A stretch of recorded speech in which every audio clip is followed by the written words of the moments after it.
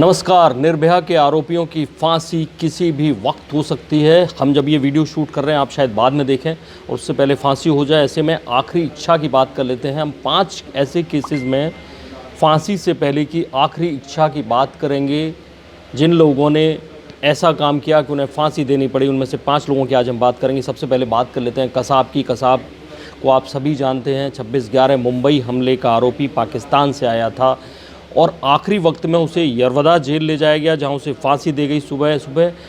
तब बहुत भयभीत था जो जेल अधिकारी बताते हैं। ऐसे में केवल उसने एक छोटी सी बात रखी। जब अधिकारियों ने पूछा कोई आखिरी ख्वाहिश है क्या तुम्हारी, तब उसके जहन में केवल एक चेहरा आया जो उसकी माँ का था, कसाब की माँ नूरी। कसाब ने कहा मेरी अम्मी को इत्तला ज़रूर कर देना। जो जेल के अधिकारी थे उन्होंने सरकार को खबर करी और फिर इस्लामाबाद में जो भारतीय उच्चायोग है उसके अधिकारियों ने फ़ौरन वहाँ से कुरियर किया उसकी माँ के नाम उसकी आखिरी ख्वाहिश पूरी कर दी। अब मैं आपको बताता हूँ कैसे याकूब मेमन जो आरोपी था 1993 बम ब्लास्ट का, सबसे मुश्किल में सबसे देर में शायद फांसी उसी को लगी होगी। कितना बखेड़ा हुआ था आप सबको याद है। फांसी की सज़ा जब लगभग तय हो गई थी, आखिरी दौर में सुप्रीम कोर्ट देर रात में खुलवाने की कोशिशें की जा रही थी, उस वक्त उसने अपनी बीवी और बेटी जुबैदा, उसकी बेटी का नाम था, 21 साल की बेटी थी उस वक्त, उन सब से मुलाकातें की। भाई सुलेमान से मिलने की ख्वाहिश भी जाहिर की, लेकिन ऐसा हो नहीं पाया था उस वक्त। थोड़ी देर पहले अधिकारियों ने पूछा क्या कोई आखिरी ख्वाहिश है, तब उसने कहा मुझे अपनी बेटी से बात करनी है। बेटी को फ़ोन लगाया गया। लाइन पर जुबैदा थी। दोनों कुछ मिनट तक बोले नहीं।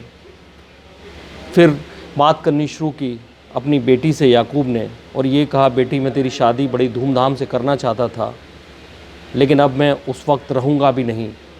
अपनी माँ का ख्याल रखना। ये भी कहा कि मैंने ऐसा कोई काम नहीं किया जिससे ख़ानदान का सर शर्म से झुके। ऐसे में कुछ मीडिया हाउसेस ने यह भी बताया कि उसने एक आखिरी विल की भी बात की और उसने आखिरी विल यानी वसीयत या तो बाद में पुलिस अधिकारियों को दी या अपने भाई सुलेमान तक पहुंचाई, जिसका जिक्र उसने जुबैदा से किया था। एक और बड़ी बात उसने की जो उसका भाई था टाइगर मेमन, उसके लिए कहा कि उसने मुझे फंसाया था, अल्लाह उसे कभी माफ़ नहीं करेगा। ये बड़ी बात थी याकूब मेमन ने जो कही थी। अब हम बात कर लेते हैं तीसरे ऐसे ही बड़े आतंकी हमले यानी संसद हमले के आरोपी अफजल गुरु की। अफजल गुरु की जब फांसी बिल्कुल तय हो गई, शनिवार के दिन सुबह फांसी लगनी थी और एक रात पहले जब उसके बगल की सेल खाली करा ली गई, तब अफजल गुरु को लगा कि कुछ होने वाला है जिसकी जानकारी उसको नहीं थी। उसने उस रात यानी फ्राइडे को खाना ही नहीं खाया और सैटरडे की सुबह उसे सूचना दी गई।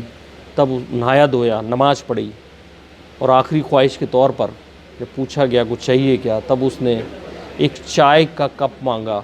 चाय पीते पीते, क्योंकि चाय देने वाला चला गया, चाय पीते पीते उसने 1960 की फिल्म थी बादल, उसका एक गाना गुनगुनाया, अपने लिए जिए तो क्या जिए।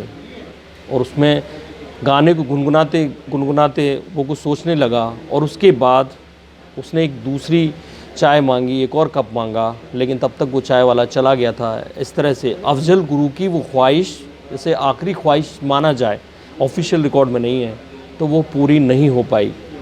इसी तरह का एक आरोपी था धनंजय चटर्जी। वो आतंक का आरोपी नहीं था, लेकिन एक स्कूल गर्ल से रेप और बलात्कार का आरोपी था। 1990 के करीब की बात है।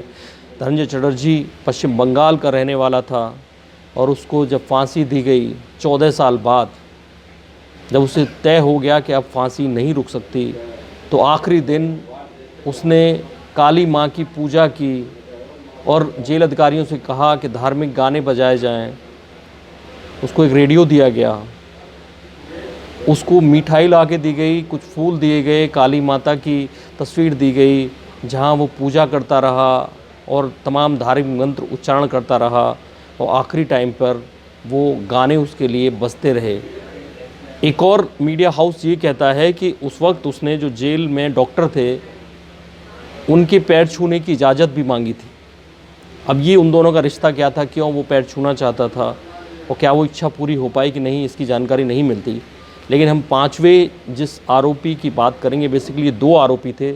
इसी तरह का केस था, रेप और मर्डर, बिल्कुल निर्भया जैसा मामला था। रंगा और बिल्ला, भारतीय क्राइम की दुनिया में ये 2 नाम बड़े फेमस हैं। 1978 का केस था, एक नेवी ऑफिसर था, उसके 2 बच्चे थे टीनेजर, संजय चोपड़ा और गीता चोपड़ा। आज उनके नाम पर वीरता पुरस्कार दिए जाते हैं।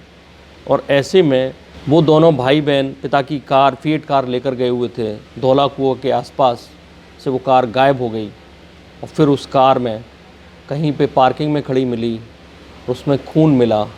उसके बाद पता चला कि बेटी का रेप किया गया और दोनों को बहुत बुरी तरह से टॉर्चर करके मर्डर कर दिया गया।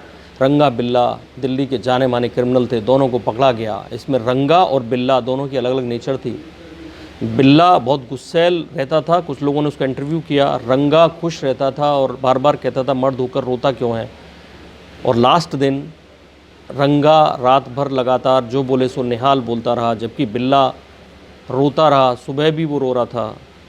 और सबसे दिलचस्प बात थी कि उनकी आखिरी ख्वाहिश तो नहीं पता चल पाई, लेकिन रंगा और बिल्ला को जब फांसी पर लटकाया गया तो 2 घंटे बाद जब उनकी नब्ज चेक की गई तो रंगा की नब्ज तब भी चल रही थी। लोगों ने हालांकि उस वक्त कहा था कि कुछ जो आरोपी हैं, कुछ जो दोषी हैं, कुछ अपराधी हैं, वो अपनी सांस रोक लेते हैं। इस वक्त रंगा ने शायद सांस रोकी होगी, लेकिन बाद में उसकी लाश को फिर से एक ख़ास टेक्निक से फांसी दे दी गई और फाइनली उसकी मौत हो गई।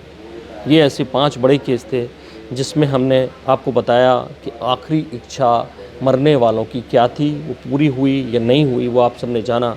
इस तरह की तमाम बाकी खबरों के लिए देखते रहिए इंडिया न्यूज़, सब्सक्राइब करें इंडिया न्यूज़। जय हिंद, थैंक यू, नमस्कार।